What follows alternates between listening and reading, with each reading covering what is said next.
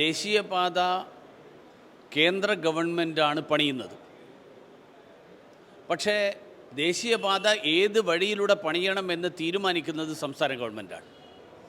അതായത് ദേശീയപാതയുടെ അലൈൻമെൻറ്റ് തീരുമാനിക്കുന്നത് സംസ്ഥാന ഭരണകൂടമാണ്.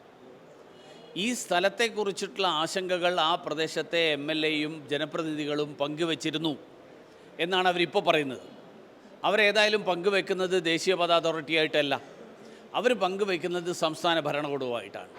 അങ്ങനെ സംസ്ഥാന ഭരണകൂടവുമായിട്ട് അങ്ങനെ പങ്കുവച്ചിട്ടുണ്ടെങ്കിൽ എന്തുകൊണ്ട് ആ ആശങ്കകൾ പരിഗണിക്കപ്പെട്ടിട്ടില്ല?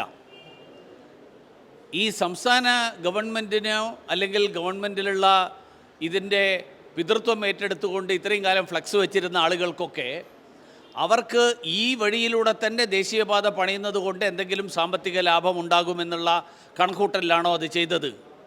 ഇതൊക്കെ അന്വേഷിക്കണം. ഏതായാലും കേന്ദ്ര ഗവൺമെൻറ്റിൽ ശ്രീ നിതിൻ ഗഡ്കരിജിയോട് ഞാൻ ആവശ്യപ്പെട്ടിട്ടുള്ളത് ഇത് സംബന്ധിച്ചിട്ടുള്ള വസ്തുനിഷ്ഠമായിട്ടുള്ള അന്വേഷണം നടത്തി ഉത്തരവാദികളായിട്ടുള്ള ആളുകളെ നിയമത്തിൻ്റെ മുന്നിൽ കൊണ്ടുവരണം.